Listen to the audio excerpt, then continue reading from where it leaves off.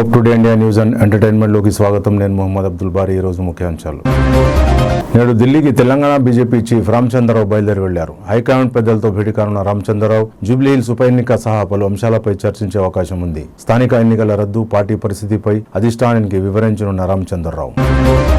తెలంగాణ ప్రభుత్వం కీలక నిర్ణయం తీసుకుంది. బీసీ రిజర్వేషన్పై సుప్రీంకోర్టుకు వెళ్లాలని నిర్ణయించింది. సీఎం రేవంత్ నేతృత్వంలో కీలక చర్చలు జరిపారు. మహేష్ గౌడ్, మీనాక్షి, భట్టి, పొన్నంతో జూమ్ మీటింగ్ ఏర్పాటు చేశారు. జూమ్ మీటింగ్ లో పాల్గొన్న అభిషేక్ సింఘ్వి హైకోర్టు స్టే నేపథ్యంలో తదుపరి చర్యలపై చర్చించే అవకాశం. జియో 9 అమలు కోసం సుప్రీంను ఆశ్రయించాలని నిర్ణయించారు. 42% రిజర్వేషన్లకు కట్టుబడి ఉన్నామని సీఎం రేవంత్ రెడ్డి చెప్పారు.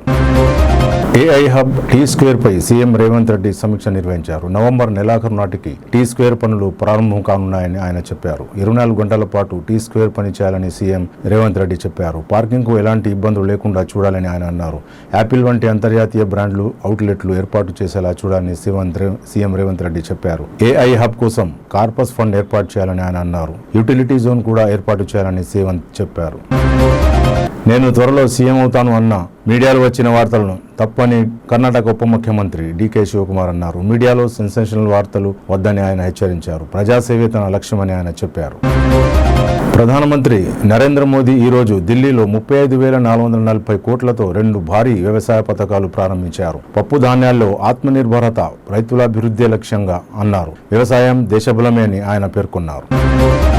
సమాజ్వాదీ పార్టీ అధినేత అఖిలేష్ యాదవ్ ఫేస్బుక్ ఖాతా తిరిగి ప్రారంభమైందని కేంద్ర మంత్రి అశ్విని వైష్ణవ్ తెలిపారు. ప్రభుత్వం ఎలాంటి పాత్ర పోషించలేదని, ఎస్పీ నేతలు మాత్రం వ్యతిరేక స్వరాలు నిరాధారమని ఆయన ఆరోపించారు. రేపు తుంగతుర్తికి సీఎం రేవంత్ రెడ్డి బయలుదేరి వెళ్లనున్నారు. దామోదర్ రెడ్డి స్మారక కార్యక్రమంలో పాల్గొననున్న సీఎం రేవంత్ రెడ్డి.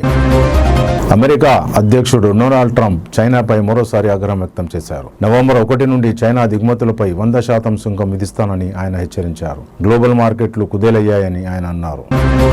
ఈరోజు జూబ్లీహిల్స్ నియోజకవర్గంలోని ఎర్రగడ్డ డివిజన్లో రాష్ట్ర రైతు కమిషన్ సభ్యులు, మాజీ ఎమ్మెల్సీ రాములు నాయక్ గారిని టికెట్ వచ్చిన సందర్భంగా మర్యాదపూర్వకంగా కలిసిన జూబ్లీహిల్స్ నియోజకవర్గ కాంగ్రెస్ పార్టీ అభ్యర్థి నవీన్ యాదవ్ గారు. ఈ సందర్భంగా రాములు నాయక్ గారు నవీన్ యాదవ్ గారికి శుభాకాంక్షలు తెలియజేస్తూ జూబ్లీహిల్స్ నియోజకవర్గంలో కాంగ్రెస్ పార్టీ ఘన విజయం సాధించాలని ఆకాంక్షించారు. నవీన్ యాదవ్ గారు రాములు నాయక్ గారి ఆశీస్సులు తీసుకుంటూ పార్టీ బలోపేతం దిశగా కృషి చేస్తానని ఆయన తెలిపారు. ఈ కార్యక్రమంలో కాంగ్రెస్ పార్టీ నాయకులు, కార్యకర్తలు తదితరులు పాల్గొన్నారు.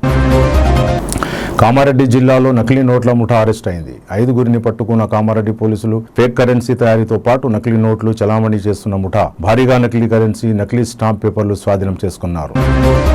లూలుమాల్ గొంతెమ్మ కోర్కెలపై కూటమి పెద్దలు ఆగ్రహం వ్యక్తం చేశారు. ప్రభుత్వమే లూలుపై గుర్రుగా ఉందని, రాష్ట్రానికి నేనే అవసరమన్న ధోరణిలో లూలు ఉందన్న పవన్ కళ్యాణ్, లూలుకు ఇచ్చే భూముల విలువ, రాయితీలు ఎన్ని అని ఆయన ప్రశ్నించారు. లూలు ఇచ్చే ఉద్యోగాలు ఎన్ని? కేబినెట్ లో ప్రశ్నించిన AP deputy CM Pawan Kalyan, Lulu తీరుపై అసహనం వ్యక్తం చేసిన సీఎం చంద్రబాబు నాయుడు. ఇవి ఇప్పటికున్న ముఖ్యాంశాలు. మళ్ళీ రేపు కలుద్దాం. జై హింద్, జై భారత్. చూస్తూనే ఉండండి hope today India news and entertainment.